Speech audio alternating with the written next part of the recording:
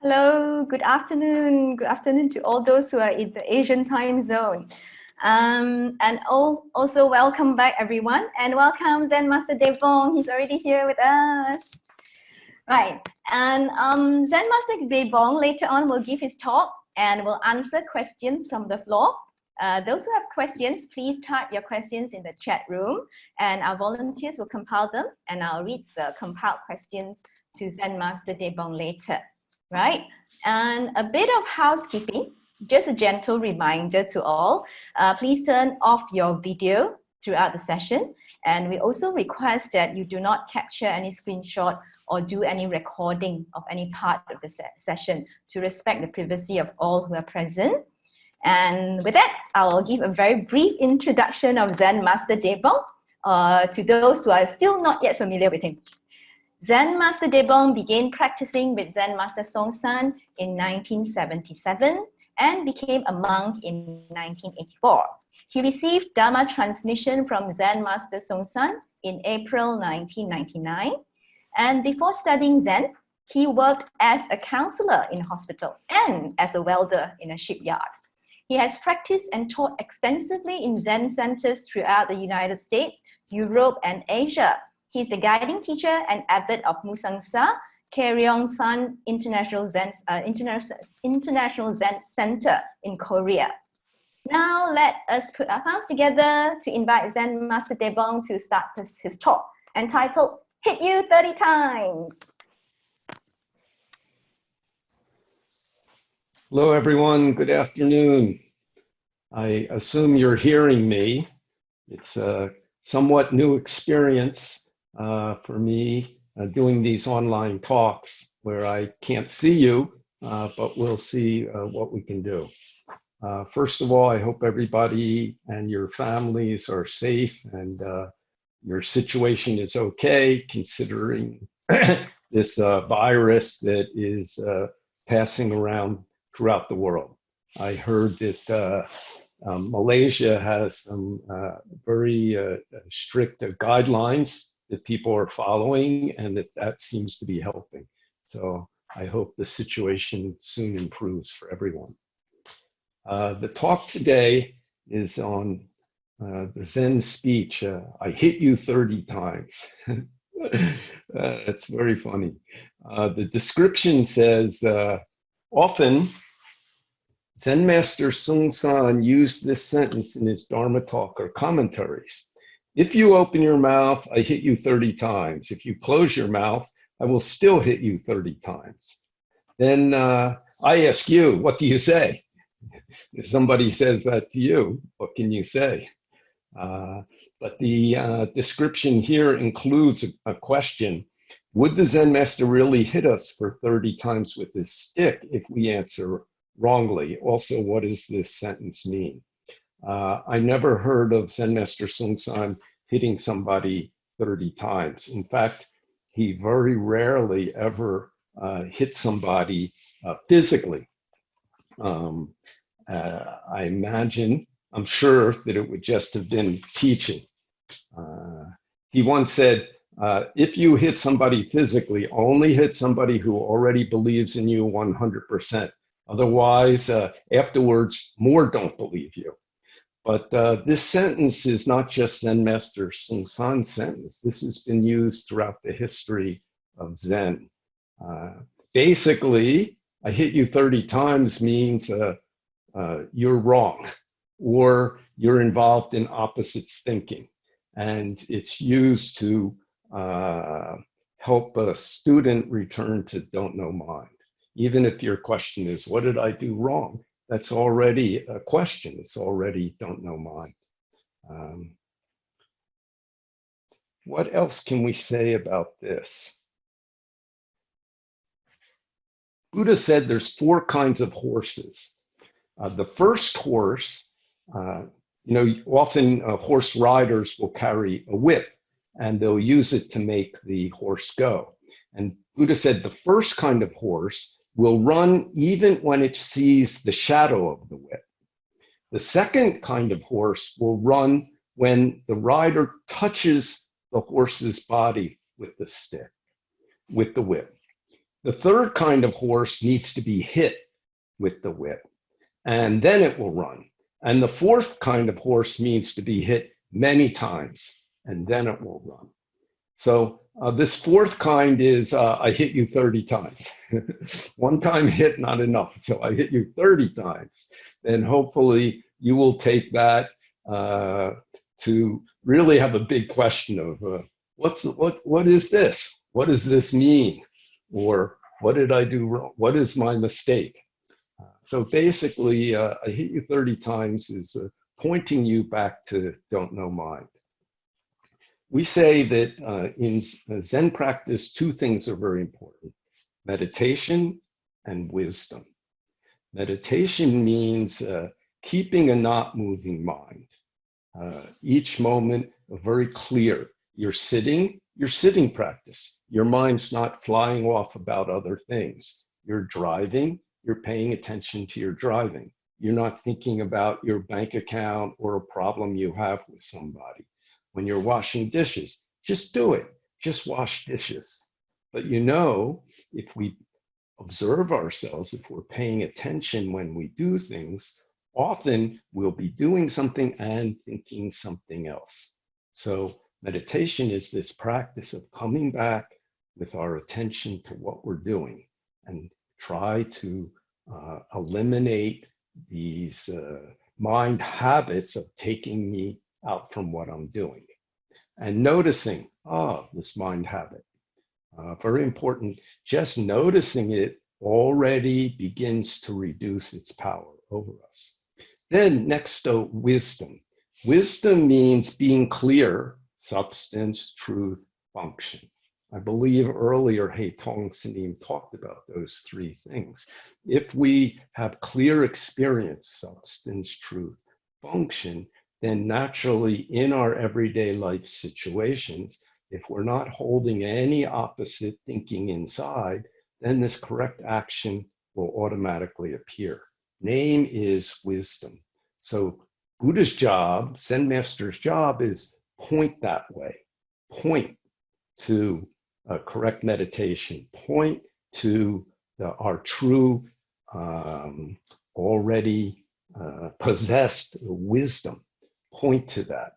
So using this speech, I hit you 30 times, is also pointing to that, pointing us back away from whatever we're thinking that moment. I want to use read the commentary of one Kongan here in our Whole World's a Single Flower Kongan book. This is number 295. The famous Chinese Zen master Unmun said, "This world is vast and wide. Why do you put on a sevenfold robe at the sound of the bell?"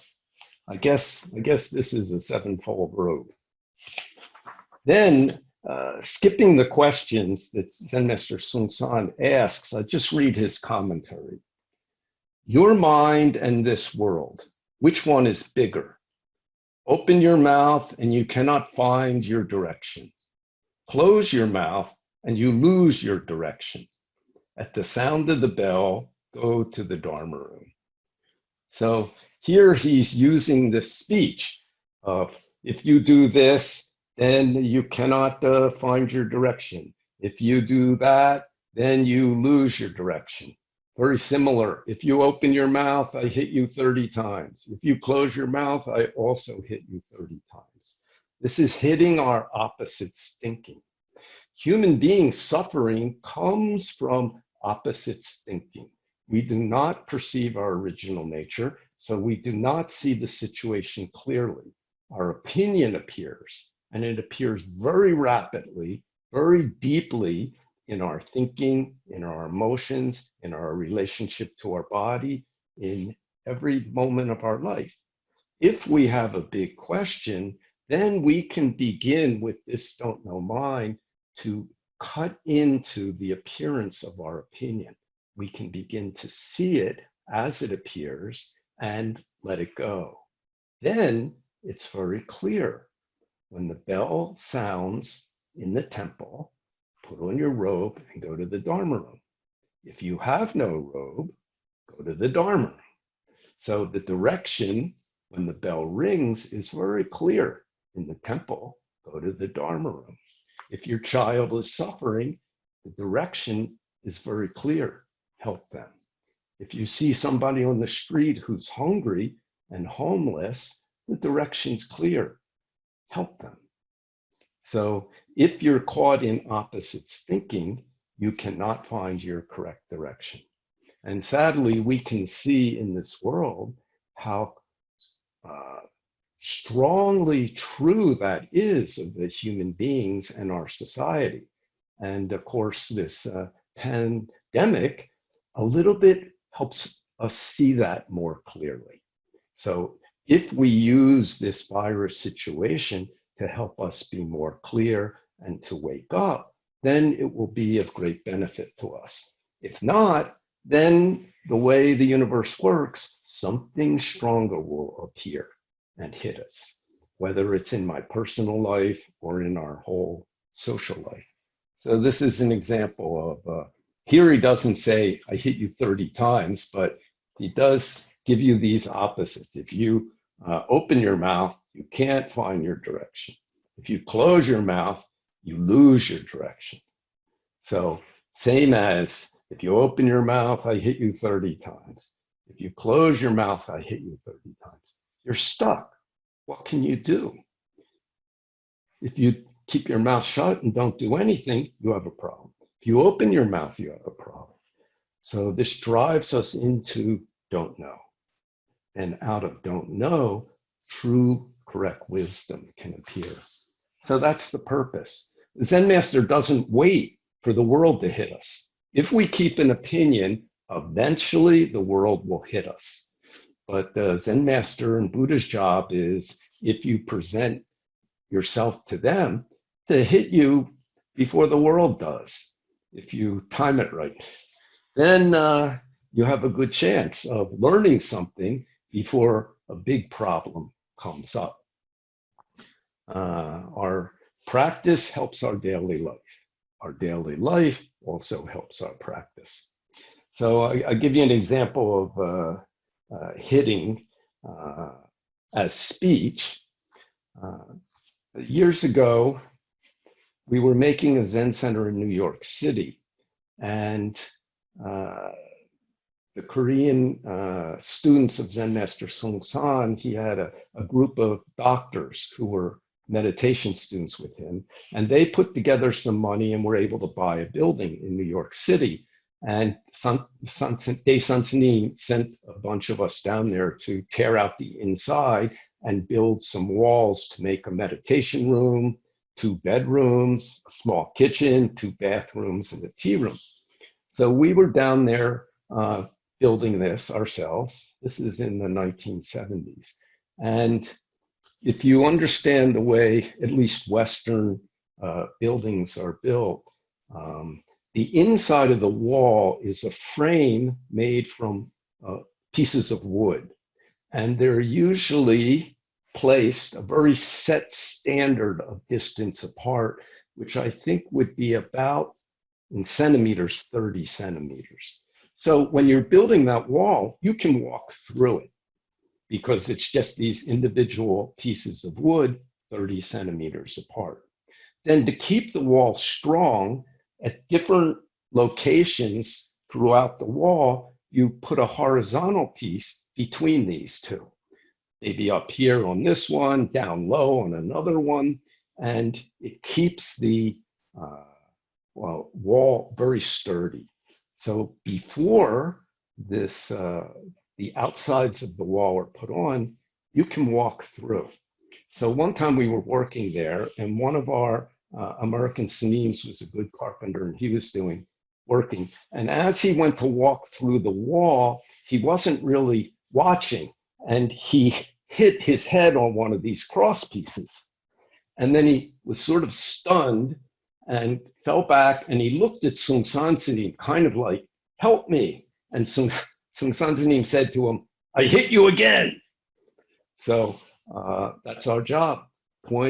Each of us point students back to be clear, be clear.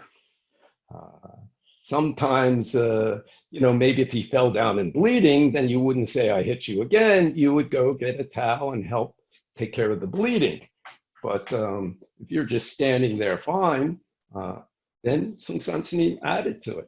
I hit you again. So this is the world action in the speech of a Zen master. And this is all through the tradition of Zen.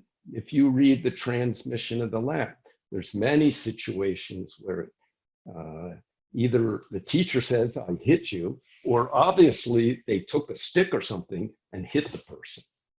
Nowadays, teachers don't hit so much, very rarely. Even Sung San Tinim in the West, very, very rarely, and only some students who had real faith in. One time I went on I was still a lay person living in the Zen Center, and I went on a solo retreat for 49 days, which Sung San Tinim had suggested, and we made a schedule, eating and everything, and I didn't see anyone for 49 days, and I let my hair grow. So when I came back to the Zen Center, I had a beard. And Zen Master Sung San used to always like his students to cut off their beards. He thought their face was more clear. But surprisingly, when he saw me, he told me, keep this beard. Very good. Now, no checking face. So I didn't shave off the beard. Some months later, something else was going on in the Zen Center, and some kind of business or something. And I had to go see San Tinim, and we were sitting on the floor, and I said something to him. I know it was something I wanted to do. And I had given some money to the Zen Center years before to help us buy Cumberland. And I don't know why, but suddenly I said to him, I gave the Zen Center money. And he grabbed me by the beard and shoved my face into the ground. And with a really nasty voice and face, he said, you gave! And I understood right away. If you read the Diamond Sutra, it says very clearly, no giver, no gift, no receiver.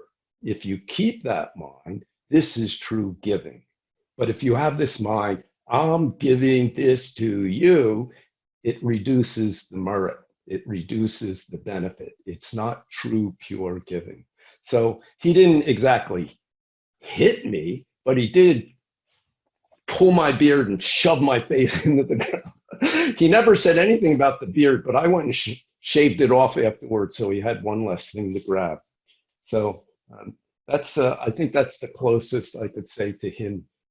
I hit you 30 times, but it was probably more effective than just saying it.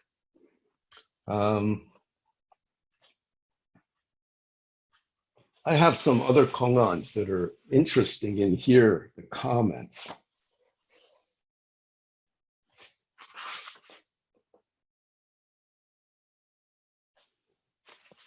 Here's one.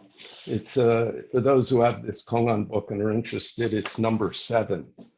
It's an old story about Unmun Zen master from China. One day a monk asked Zen master Unmun, without thinking, is there a mistake or not? Unmun replied, Sumi Mountain. Then the monk said, already it's without thinking, so why do you add Sumi Mountain? Unmun said, put it all down. The monk was puzzled, so he said, without thinking, how do you put it all down? Then Unmun said, then pick it up and carry it away.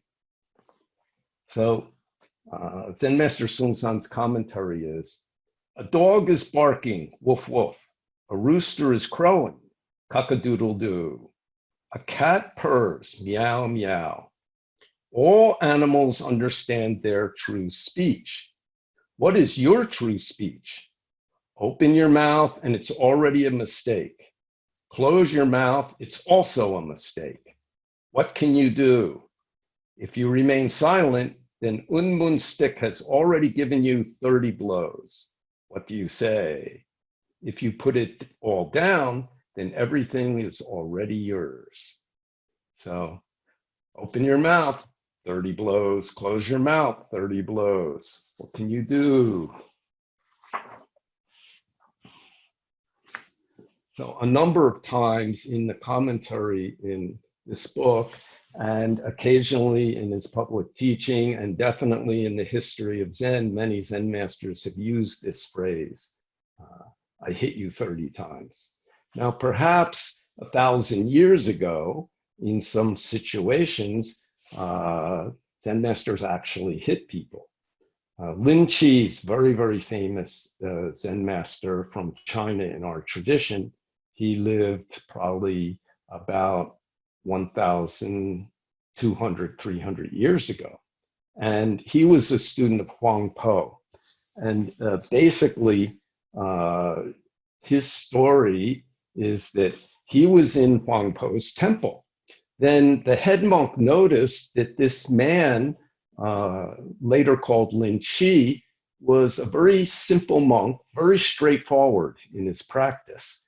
So the head monk thought, this is a good monk. So he went up to see him and asked him, how long have you been in this temple? And he said, I've been here 3 years. He had ordained in different temples and eventually came to Huang Po's temple. Then the head monk asked Lin Chi, have you been to see the master? Have you asked him any questions?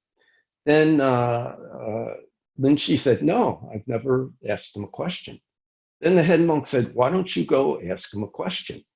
So Lin Chi thought, okay. And he went and asked permission to enter Huang Po's room. And he bowed to Huang Po and he asked him, what is the essential meaning of Buddhism? Then Huang Po apparently grabbed a stick and started beating him and just drove him out of the room.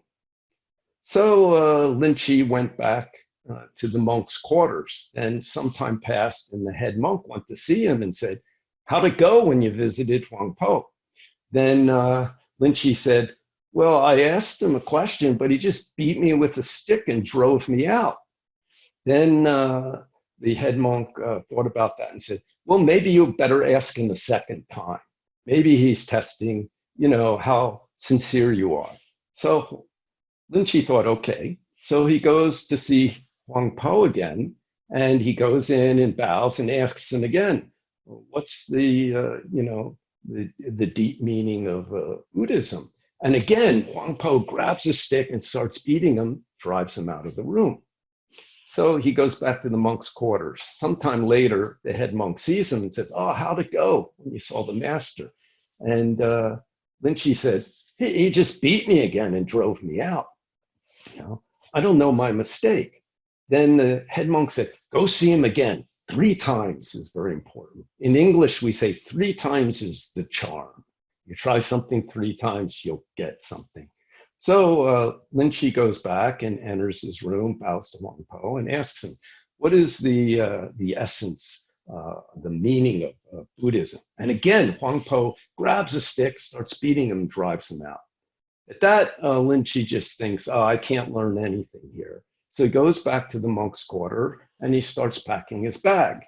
The head monk sees him packing his bag and says, what's going on?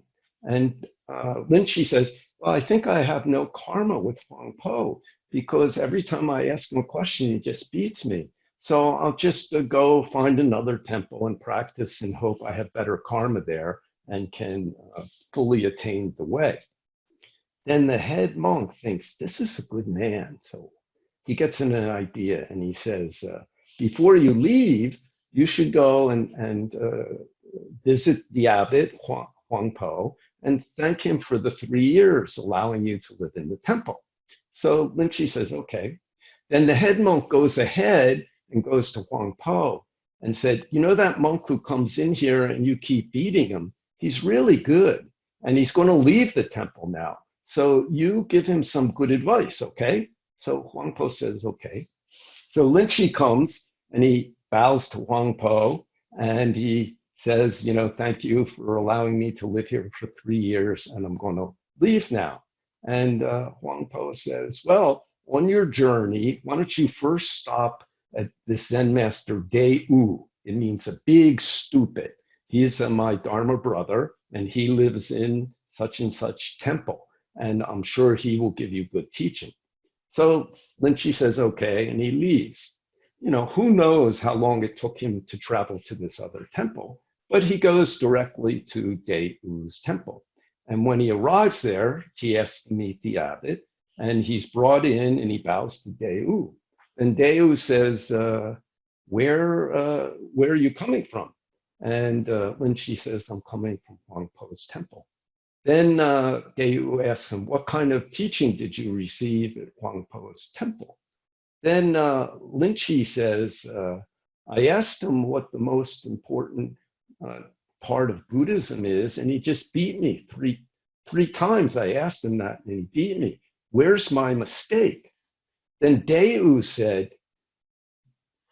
Lynchy taught you like the love of a grandmother. Then when Huang Po taught you with the love of a grandmother. Then when Lynchy heard that, boom, he got enlightened.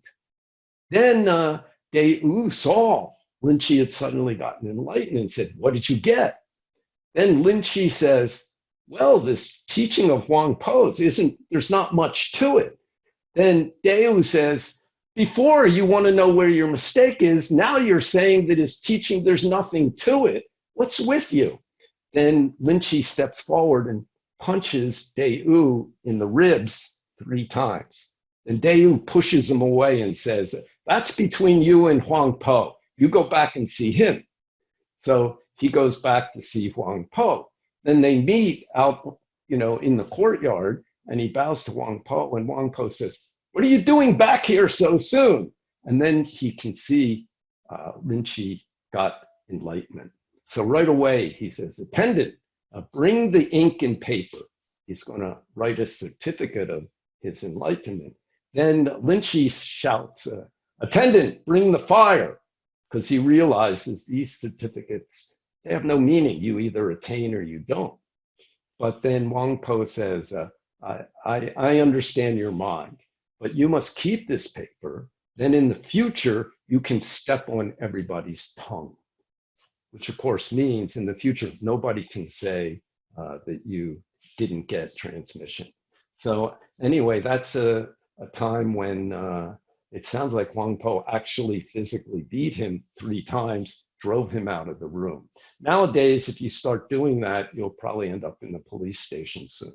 But back then, I guess it was pretty normal and current occurrences in society. People hit each other.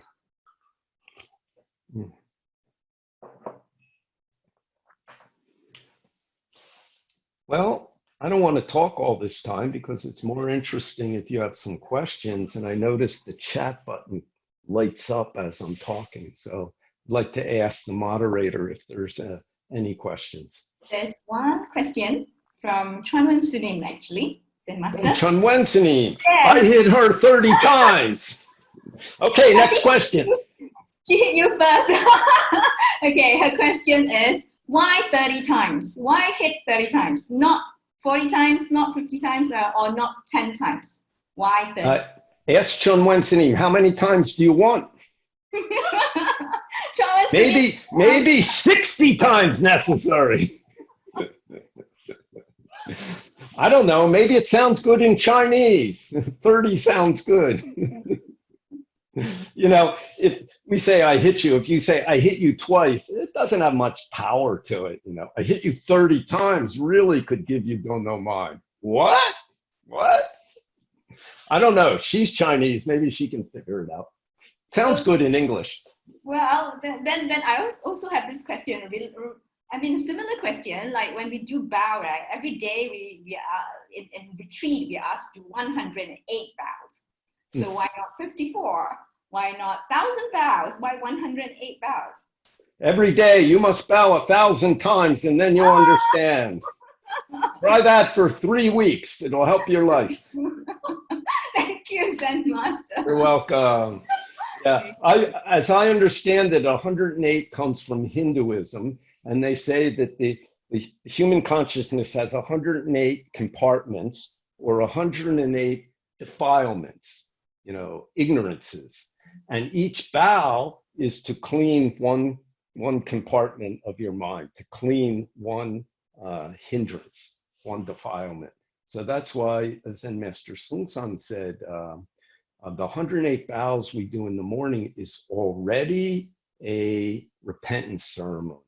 Without all the chanting and everything, the action itself is put it all down. It's already repenting for our desire, anger, and ignorance without even thinking about it. Just doing it is already repentance practice. So that's why in our practice, we always include bowing, and they use this number 108 from Hinduism. If you want to know why they got 108, you'd have to ask, scholars. Maybe they understand where this 108 came from. Right. The thing I notice about 108 is it's not too easy, it's not too hard, but you have to make an effort. You get to 54 and it's like, yeah, that was nothing, but I only got another 54 to do. Okay. Thank you for the answer. You're welcome. There is this next question. Now Zen, you are already a Zen master, right? Zen Master Bong. So last time you were hit by your teacher, Zen Master Song San. So after you have become a Zen master, are there others who are able to hit you? Have you been? Ouch, ouch, ouch, ouch, ouch. The students hit you all the time. Everything hits you. If you take it that way, you'll learn a lot. One time I was in the office at PZC quite a long time ago, around 1978, I remember. And my karmic habit, and I think pretty much the habit of my family, I don't remember hearing family members talk badly about other people very much. I remember one time as a little kid sitting playing with some cars, and my grandfather was reading the newspaper, and he put it down. Obviously, he read something that made him unhappy. And he said to me, some people in this world just aren't good. So that's honest, direct, but pretty mild. He's not, cursing out people and stuff. So I generally grew up with this habit of not saying bad things about other people. It wasn't conscious. It was totally a habit. But one day I'm in the office at the Zen Center. I remember talking about this at Hobeng Temple one time. And I said something bad about somebody, and I turned around to leave.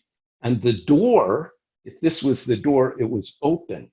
And the edge, this way, the edge was facing like this. And I turned to leave, and I walked right into the edge. And it hurt, And I backed off, and then I bowed to the door and said, "Thank you very much." So if we're paying attention, this whole universe will hit you, when you hold opinions, and that's a great help. And maybe after, I am not a Zen master, but I have that job. Somebody gave me that job. So everybody hits you constantly, the whole world's always hitting us. Right. Zen Master, normally when we get hit, right, we hope that once we get hit, we wake up. Now, but a lot of times when we go, this is another question actually, when we go for an interview, we expect to get that hit and then we wake up. But most of the time it doesn't happen. We don't even feel the hit. We are very confused. And we keep wondering what has happened. So how do we learn from this? Because when you say hit, right, we are expecting something bang and then wake up, right? But we don't get that in an interview. So what do we do? That question, what happened there is the hit already. Sometimes the world's hits or the teacher's hit is very subtle. It doesn't have to be I hit you or physically hitting or the words I hit you. It might be very subtle. And just that you have a question about it, you've already been hit. So don't wait for a hit to wake you up. Hit yourself. Ask yourself. Pay attention to your own thinking and realize when your opposites thinking is appearing. Now, Zen Master, I personally have this question. We are all, I think the whole world is faced with this pandemic and the consequences, right? And a lot of people who are in the business are worried because everybody is talking about recession. They are talking this will be the perfect storm, like the worst recession that will hit us, don't know in how many, 10, 100 years or even or 50 years. And a lot of people panic, right? And then, and I think panic is the general feeling now I don't know about the other part of the world, but in Malaysia, I feel that a lot of us who are doing business or even those who are in employment, we panic because we worry. We might be retrenched, we may lose our job. We can't get payment, we can't get business. So what are the practical things that you would suggest that we do? First, reduce your panic by learning how to calm down. Do things that help your body calm down and pay attention. Panic is it's something happening. There's always an element in the body. It probably comes from our thinking, but you can be aware of it in the body. Then learn to do things that help. Things like do yoga, learn meditation, eat wisely. If you're eating lots of McDonald's hamburgers and sugars and unhealthy things, then your body will be much more susceptible. Also, you'll have less confidence. You'll be more attached to your body because ultimately worrying about money is worrying about my body's survival at its root. Second point, so do things that actually help your body be less stressed. Then consider deeply your relationship with food, sleep, sex, money, fame. Reflect back on yourself. What is my relationship with each of these things? If you make a balanced, healthy relationship with those things, then there's less to get stressed about. Third, really consider what's important in your life and eliminate what's not important. How many pairs of clothing do you need? How many pairs of shoes do you need? How many things that we accumulate do we really need? Actually, this virus is an early warning to humans as individuals and to our societies that we are living out of balance. It's an opportunity to revamp personally what's important to us in our life, to make it more simple and to make it more related to what's really important, not just what we use to distract ourselves or try to satisfy our feelings. And it's a chance for society to adjust. Our economic system is way out of balance. It's unsustainable the way things are set up. And an idea won't change it. Only the realization of a balanced life will change it. And that always starts with individuals. I saw an article in the Guardian English newspaper that many cities around the world are thinking about how to, when they start up again, how to make their city life more green, more healthy, more balanced. There's one city in Costa Rica that has given citizenship to insects, animals, and plants and trees that live in the city, to help people realize that we are all on this earth together and that their survival also makes for our survival. So those are small ways that can help us really learn. Look at America. The government, of course, primarily the president, has not used the special powers he has to get a coordinated effort to make ventilators. He's left it to the individual companies that either make them or that might, of their own generosity, do that. But he has the power under this kind of emergency to get a coordinated effort. But he did order that the meat packing plants be reopened. So that is the kind of mind that leads to not learning. So if we as a society, as individuals and as a society do that, then one day nature will give us a much stronger message, and it will be much more disruptive and much more difficult to adjust to. So we should realize this is a great opportunity. But first you have to lower your panic. Lower your panic. Panicking means too attached to your body, too attached to your idea. So who knows, maybe the universe gave us this virus to give us a chance, because the next hits, if we don't learn, will be much bigger and much more disruptive.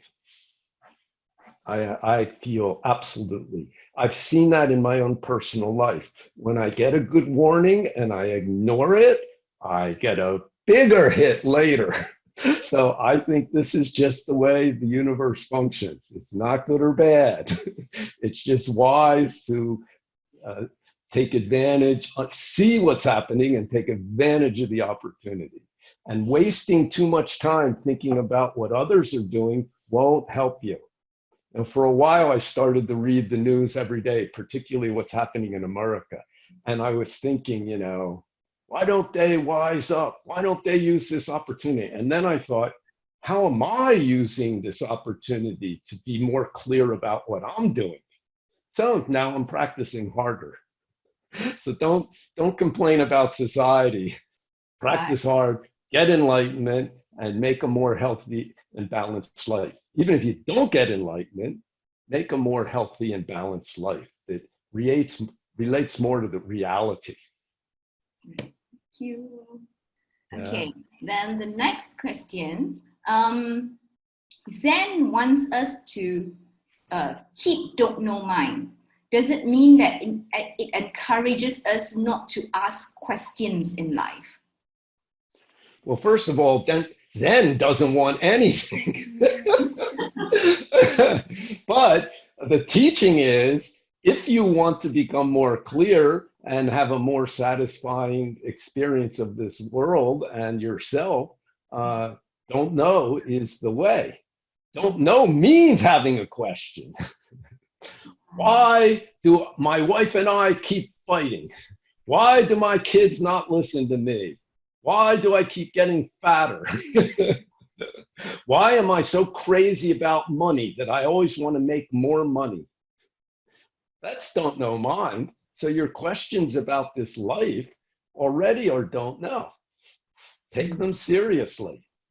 But if your question is just, how can I get more money? That's a kind of don't know. It's probably going to make you end up panicking or gloating that you got something wonderful until the world takes it away somehow. Okay, the next question. The person who asked this question says she recently joined a course during I think related to COVID-19. That's what my understanding of her question. And then she said the speaker says, knowing is half of the battle. So she asked, do you agree with the statement whether knowing is already half? I think what she means is knowing you have already won half the battle. What is knowing? That's very important. You know, we say there's a difference between understanding and wisdom, knowing and wisdom. You know when you're hungry, you have to eat. If you don't go and do it, then you're still going to be hungry. Right. Yeah, maybe half the battle is knowing, but if you don't do the other half, you're not going to get any result at all. Many people know that they should end their relationship, but they never do it. And then 20 years later, they are so miserable that they end it. Yeah, maybe it's half the battle. But, I heard there's a Chinese saying, if you have a journey of 100 miles, consider 90 miles halfway. In which case, knowing isn't halfway yet. You got to do it. Okay. And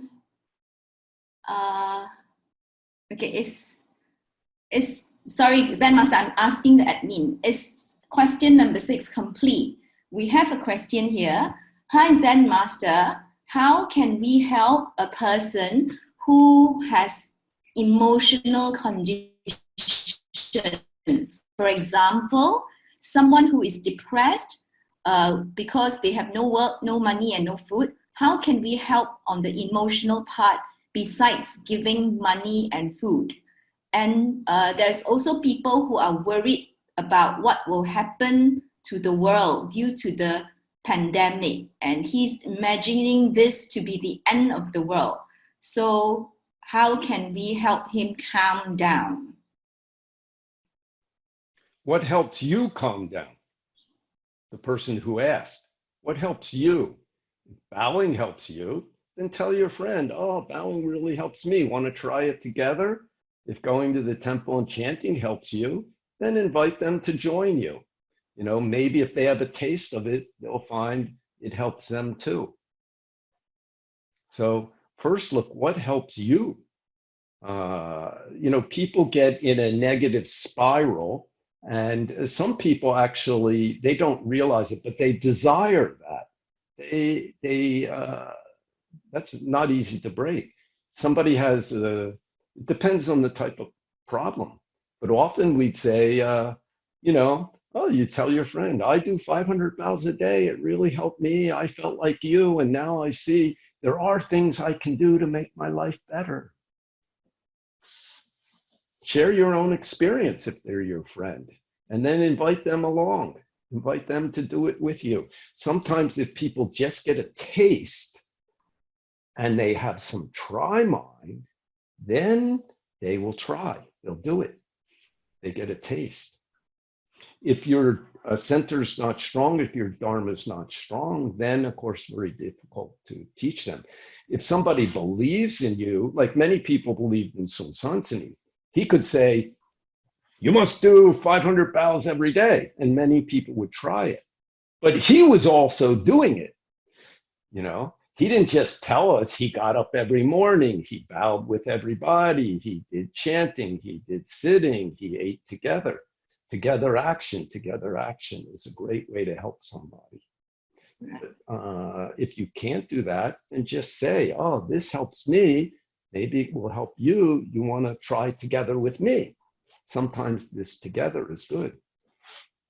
Somebody can be drowning and you can throw them a rope, but if they don't grab it, there's nothing you can do about it. Maybe if you're strong, you can jump in, grab them and pull them out. But if you're not, you both drown. So definitely talk to your friend and try and tell them what you found has helped you, and you'd be happy to do it with them, or they come along with you, and just try, see if it helps. You can't make somebody try.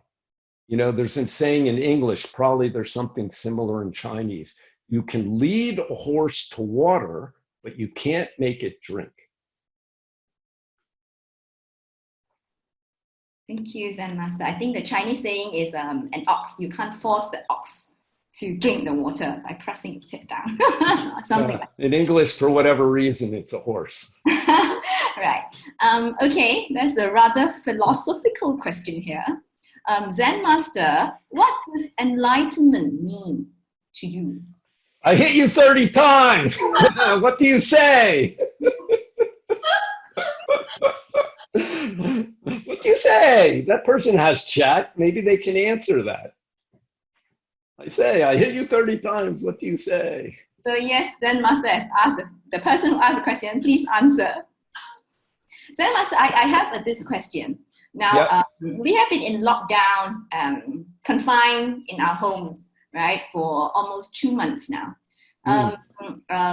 So family members get to spend time a lot more than usual. And what are the activities that you would suggest that we do, so that firstly to avoid conflict, to avoid arguments, and also perhaps benefit us more? Because for example, I've tried, right? I have a niece at home, a teenager, but it's very difficult for us to get her to do bowing. So what are the activities that we suggest, like for family with young people or kids, that the parents can do together with them? Well, one thing is understand what they want, and then you can use that to help them do some things. Now, one thing that's very nice, that's easy, since people do it all the time anyway, is to teach people to breathe slowly and deeply. Basically teach them some simple Sun Yu, okay?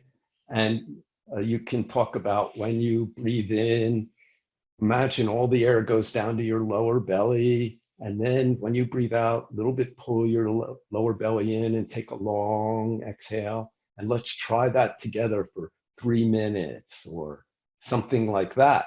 Then they try that, they'll naturally, physiologically feel a little better, okay?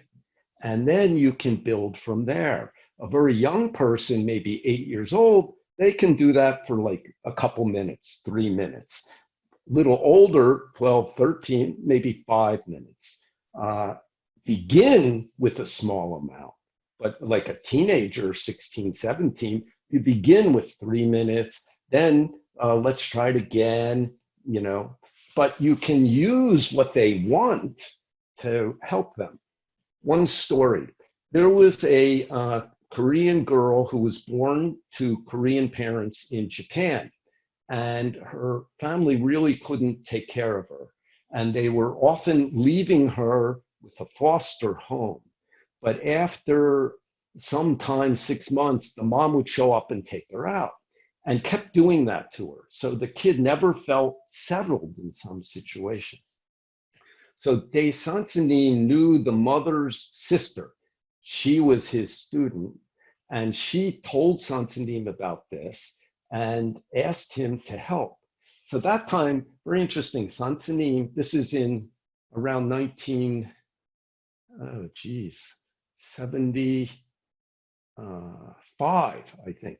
Sansanim went to them, they brought the mother to see him, and Sansanim said, how about I take your daughter to America?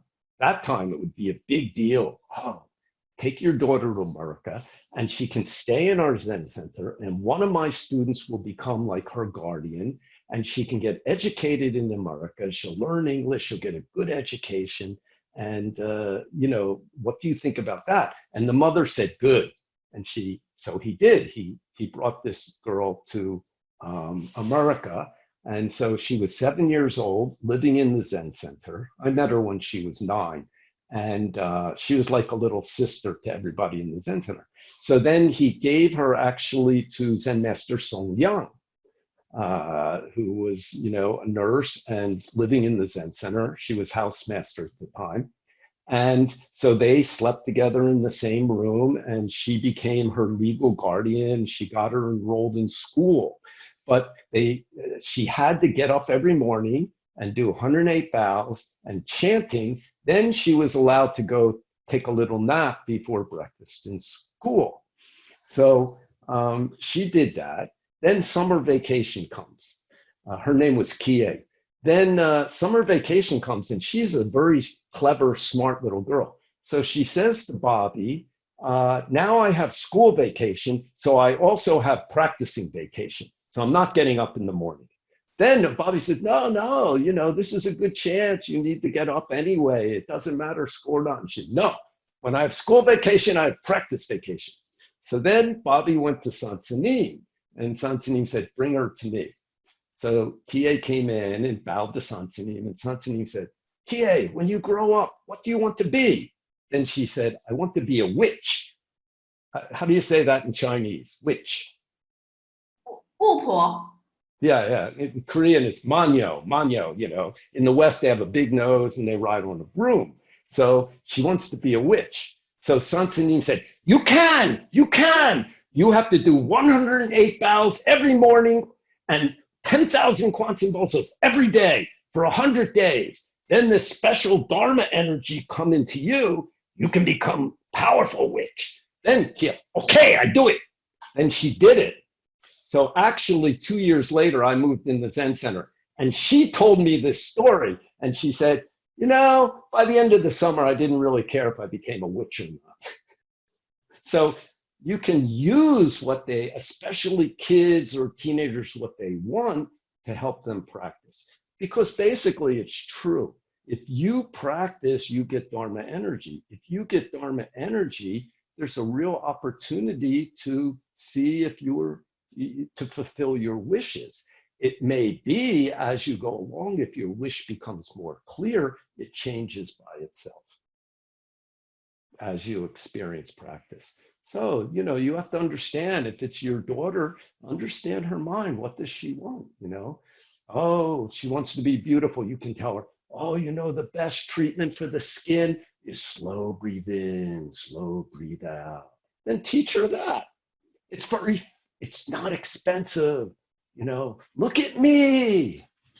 Look at Bong. He was so ugly when he was a layperson. Now he's almost 120 years old and his skin so, but not bad for his age, like that. Some kind of speech. Look at Chun Wen Sanim. She's already an old person, but has energy. Very good, very wonderful, happy. Okay? Okay. So use that with your family members. My father, I also taught him to slow breathe in, slow breathe out. He already had a disease of the lungs from smoking cigarettes. So I knew it would never make him better, but it might help him a little bit calm down. So after I taught him, that week I was visiting, he asked me to drive him to the eye doctor. He was like almost 80 that time. So I took him to the eye doctor, and we're sitting in the waiting room. And I'd always wake up early to do 500 bows before, even at my parents' house, before we meet for breakfast. I time it 2 hours before we have to meet. I can do 500 bows in 1 hour, take a shower, do whatever I want, and then we can eat breakfast together. So I was a little tired. So in the waiting room, I just fell asleep for about 20 minutes. And then when I woke up, my father hadn't gone to the doctor yet. And he said to me, you know what I did while you were sleeping? I said, no. He said, I tried that breathing thing you taught me. So, breathing's so simple because they do it anyway. Well, somehow something's coming in on me. Huh? I don't know. I lost the picture. Oh, I see. Somebody was calling my phone and it affected my computer. Can you see now? Can you see? I can see you. Yeah, I can see you. I'm in a very little frame now, not a big frame. Anyway, go ahead. If you can hear and see me, fine, no problem. Okay, so there's this question. The person asked, do you have experience dealing with narcissistic people?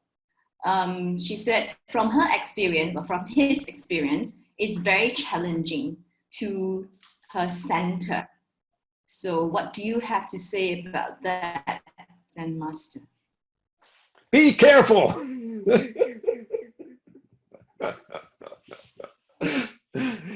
I mean, you say they're narcissistic, but if they really are, even clinically narcissistic, very not easy to deal with. In general, best is avoid.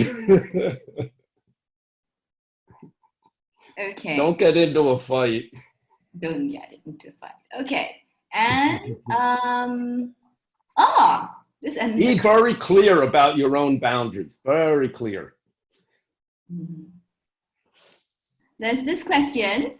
Zen Master, just now you said, oh, you very often get hit by your students and by the universe. Have you ever hit your teacher, Zen Master Song San? I think my whole life was hitting him, but he got enlightenment and made me pay for it.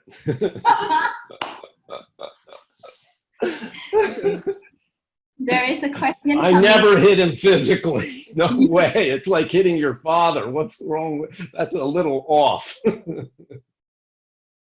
Actually, here's a story. I was a fairly new student. I was still a layperson, so it was within a couple years of coming to live in the Zen Center. And I had gone up to Boston with Zen Master Sun San and a couple people. He was teaching at the Boston Zen Center. And I guess we all went out for lunch or dinner to a Chinese restaurant. And we were sitting there eating, and they brought a second pot of tea. And I saw that, Santanim held his cup up. But when I poured the tea, I didn't realize how full it was. And so it overshot the cup and went on his hand. And it was very hot because it had just arrived at the table. And he was like, oh. And he was, rubbing his hand and stuff. And I said, oh, sorry, sir, I'm sorry. And he didn't say anything really. We took a glass of water and put it against his hand to cool it down a little bit. That was that. Then later in the meal, he was pouring tea in everybody's cup and they were lifting their cups up. But when he came to me, I didn't lift my cup up. I offered my hand like this. And he looked at me and he just said, not possible. And he went around my hand and poured it in the cup. So in his revenge was not possible with it. That was not going to be the cause and effect.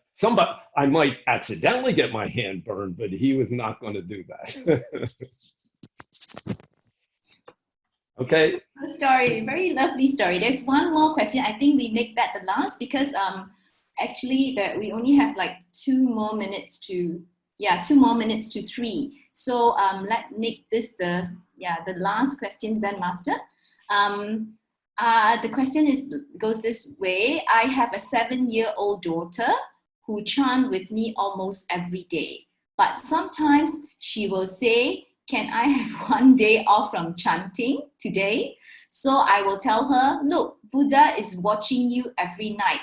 So he might ask you, why are you not chanting tonight? Then you will need to answer him. The question is this a good way to answer my girl? Is that sort of a threat to her? How does she react? How does the girl react? If it's okay, she just accepts it and tries, fine. If she gets really weird, then you have to try a different technique. Oh, the answer here is, she said she's scared. She's scared by that because so she will continue to chant.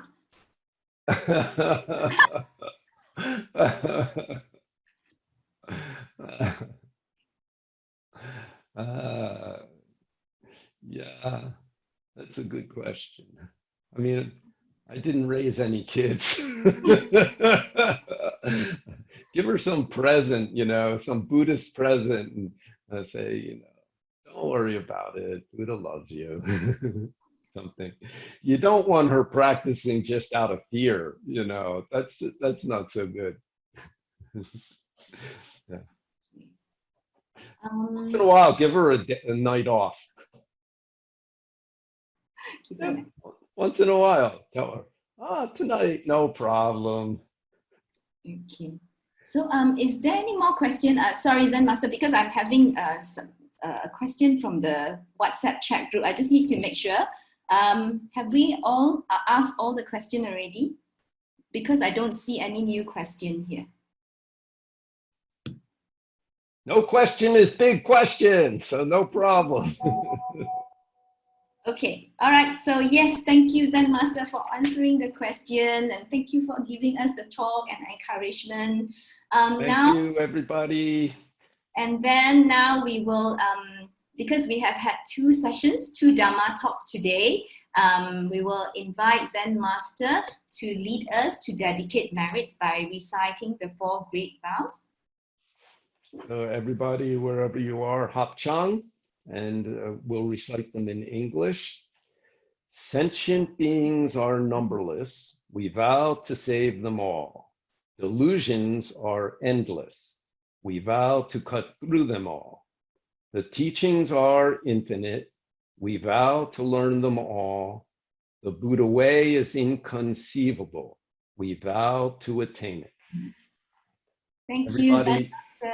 you're welcome, but everybody please stay well, and hope your families stay well. Definitely try to reduce your anxiety, and things just go by natural process. So don't be afraid of natural process.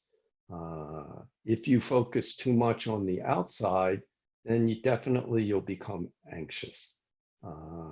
Do some practice that helps you reduce your anxiety, and then it will be easier to see what you can do that will help your situation this moment.